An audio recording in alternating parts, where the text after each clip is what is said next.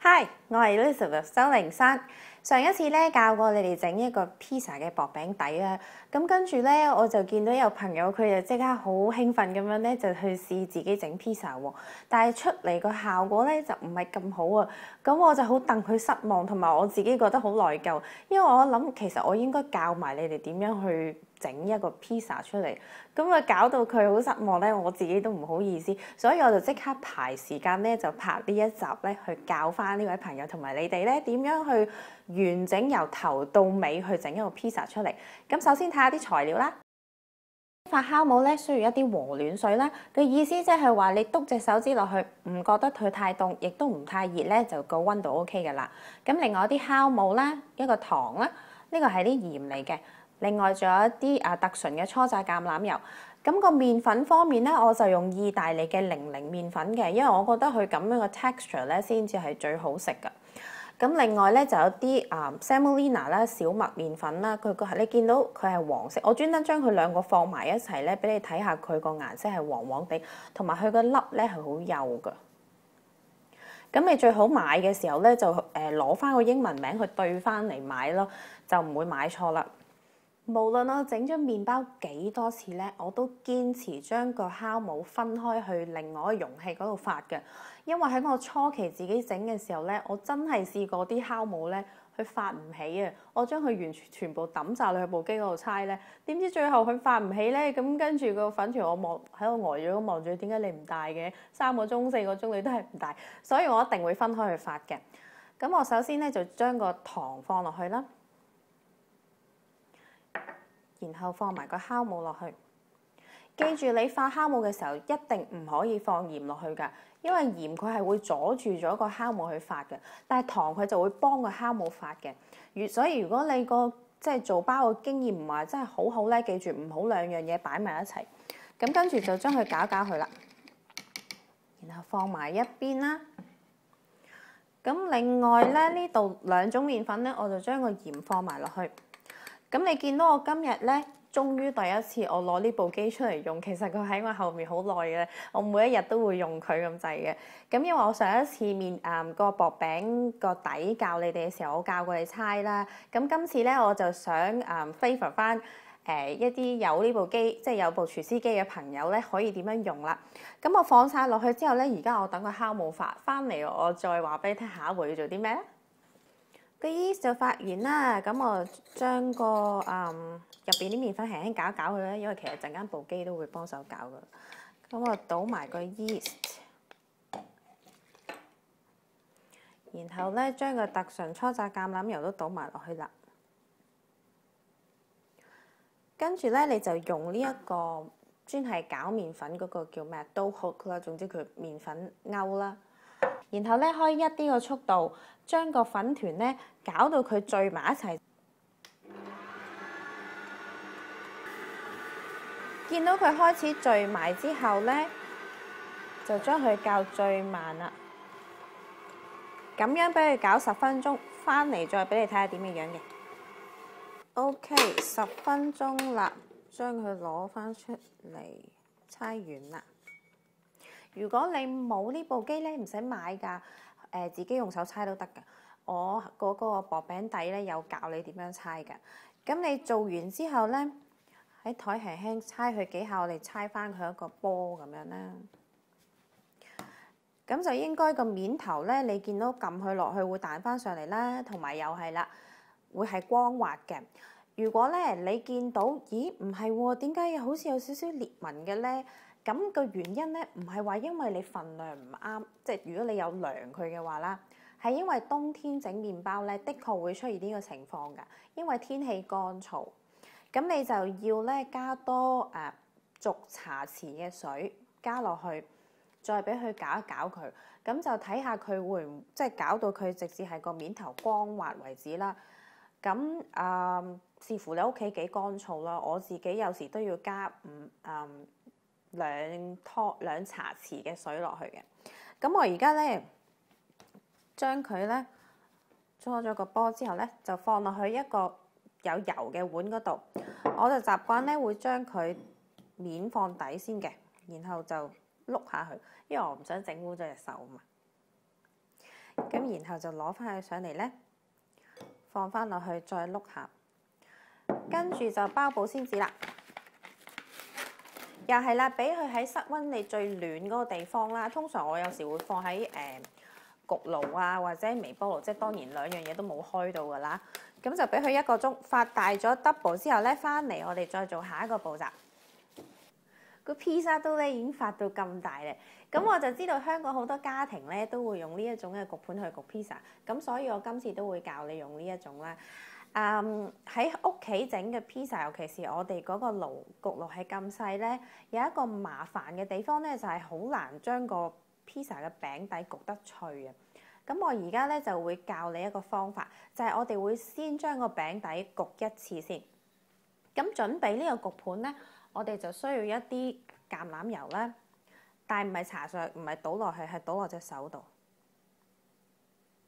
大概係1茶匙咁多啦，然後喺個手嗰度捽，再喺個焗盤嗰度咧，我哋捽一層薄薄啲嘅油上去嘅啫。然後就揼少少 semolina 上去，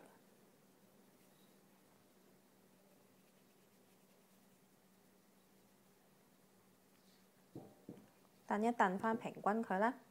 OK， 跟住咧就將個披薩刀咧果斷地反轉佢。如果你個碗係個油係夠咧，佢絕對冇問題㗎。咁跟住就用翻個手嗰啲油咧，我哋就將佢捽開佢嘅啫，一啲技巧都唔需要㗎啦。只不過係將個麵粉團咧由中間嗰度咧向外撳佢過去嘅啫。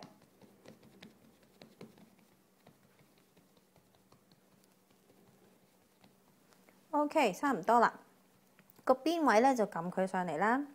你見到咧係平均嘅，冇話邊度太薄啊，邊度太厚啦。如果有㗎咧，譬如你let's say 我呢度個好似薄咗啲喎，我就將中間咧推返去少少過去，咁就得㗎啦。咁如果你個焗盤個底係冇窿嘅話咧，你就需要用支叉啦去篤一啲窿，就防止佢一陣間焗嘅時候佢會脹起啊。咁但係我呢個就有咧，我就唔需要做呢件事啦。咁我就而家就會放入去一個預熱咗嘅200度嘅焗爐，就焗佢8分鐘啫。咁焗完之後咧就攞翻出嚟，我再做下一個步驟。咁個薄餅底焗緊嘅時候咧，我哋就整咗個醬先。咁首先我呢度咧就有個 passata 啦。如果你睇開我啲 video，你都會知係咩嘅。如果唔知，你去我網站嗰度睇啦。咁跟住咧，我呢度有粒蒜頭，我哋就會將佢壓溶嘅，揾個啲蒜頭夾咁就得㗎啦。OK。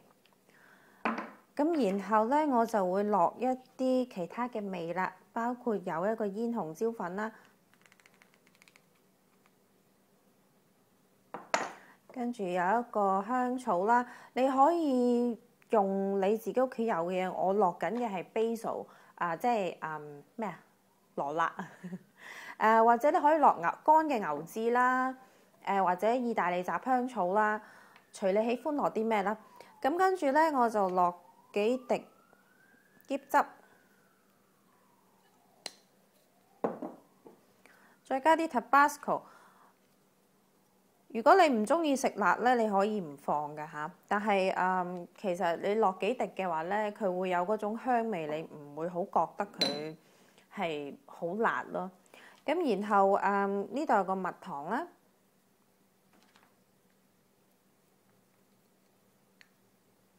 再落埋個茄汁，基本上呢一個咧，其實就係出邊嗰啲雞尾酒蝦嘅嗰個醬嚟嘅，或者你平時食生蠔咧，佢都會俾一個紅色嘅醬你噶嘛，個味道同嗰個係一模一樣，所以你調教出嚟咧，你自己試到係嗰個味咧，咁就已經得噶啦。即係當然份量我會有比例啦。咁我而家攪勻咗佢之後咧，等我試下先。可以落多幾滴椰汁，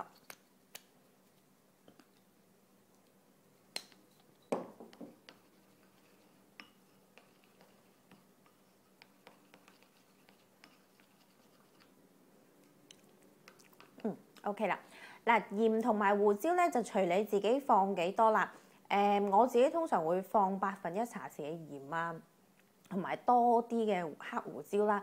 咁然後咧做好咗之後咧，我哋就將個醬擺埋一邊。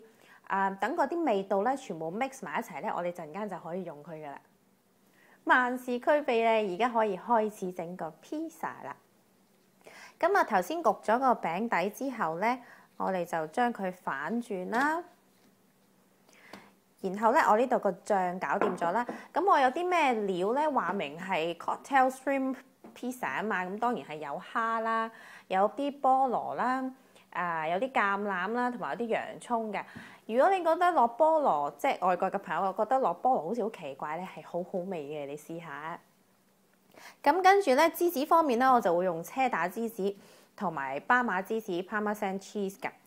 咁第一件事做嘅咧，我哋就將啲醬放落去個 pizza 嗰度啦，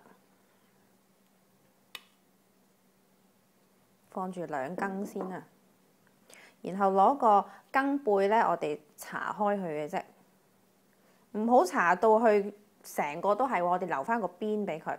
應該你喺街出過街，你應該喺街食個 pizza 都會知道個邊係唔會有醬噶啦。落幾多醬咧，就隨你自己喜歡啦，唔好太少啦，但係亦都唔好太多。如果唔係，你個 pizza 會好濕噶。咁樣就已經差唔多啦。咁然後就放啲蝦落去先啦。記住整 pizza咧，我哋所有嘢係要平放嘅，盡量唔好搭得佢太高，因為我哋焗佢好快嘅。咁如果啲蝦就太大隻咧，我就搣開兩邊啦。呢個蝦係點嚟嘅咧？就係我啲leftover 嚟嘅啫，就係我尋日整咗個蝦沙律啊，剩翻嗰啲蝦。咁你可以睇翻我嗰個其他 video 咧，就會有一個教你整蝦沙律㗎啦。咁啊，用翻入邊嗰個方法去醃佢咧，然之後就煎翻個蝦就得啦。OK， 蝦搞掂啦。咁然後就放啲菠蘿啦。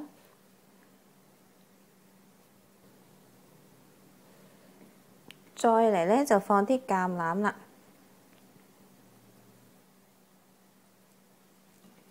最後咧就將啲洋葱散上面就得㗎啦。跟住咧就攞個最大呢啲刨刨咧，刨啲車打芝士上去。芝士咧，你中意落幾多咧？隨便你唔好太少啦，因為芝士其實都有一個好似膠水咁嘅作用啦，同埋係保持住嗰個 pizza 咧係唔好咁乾啊。咁我個網站嗰度咧就冇芝士個份量俾你㗎，因為真係隨你自己中意㗎咋。跟住咧就再滲一層巴馬芝士喺面啦。咁樣嘅話咧，個 pizza 個面咧就會個芝士面咧就會脆脆地，然後就放入佢一個預熱咗240度嘅焗爐咧，焗到佢個面個芝士嗰度咧係有少少金黃色，同埋有啲 bubble 咧，咁就得㗎啦。人個焗爐個溫度都有偏差嘅，所以大概要幾耐咧，就你自己睇個火候啦。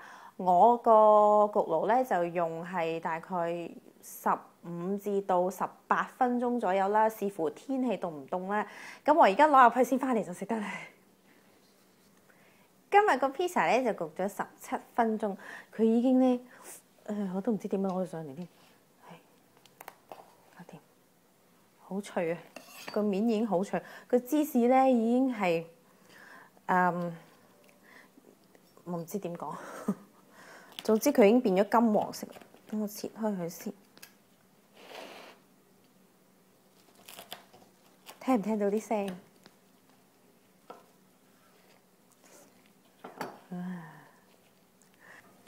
睇下個餅底係薄㗎，同埋個底咧係金黃色，即係佢係脆㗎。仲有啲芝士咧，見到佢流緊出嚟啊！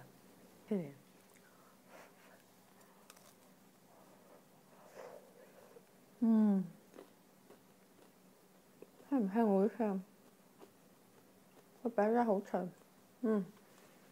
個醬辣辣地、酸酸地，再加埋嗰啲菠蘿啊各樣嘢撈埋一齊咧，好好味。如果你未曾試過新鮮出爐嘅 pizza 咧，你一定要試下整，非常之容易整嘅咋。如果你睇我嗰個餅底嗰個做法咧，你甚至乎可以整定一堆餅底，跟住攞嚟用啦。我而家要翻去食多啲啦，份量咧去翻 lively.com.hk 啦。有咩問題隨便問我咧，同埋記得 subscribe 喎。我哋下星期再見啦，拜拜。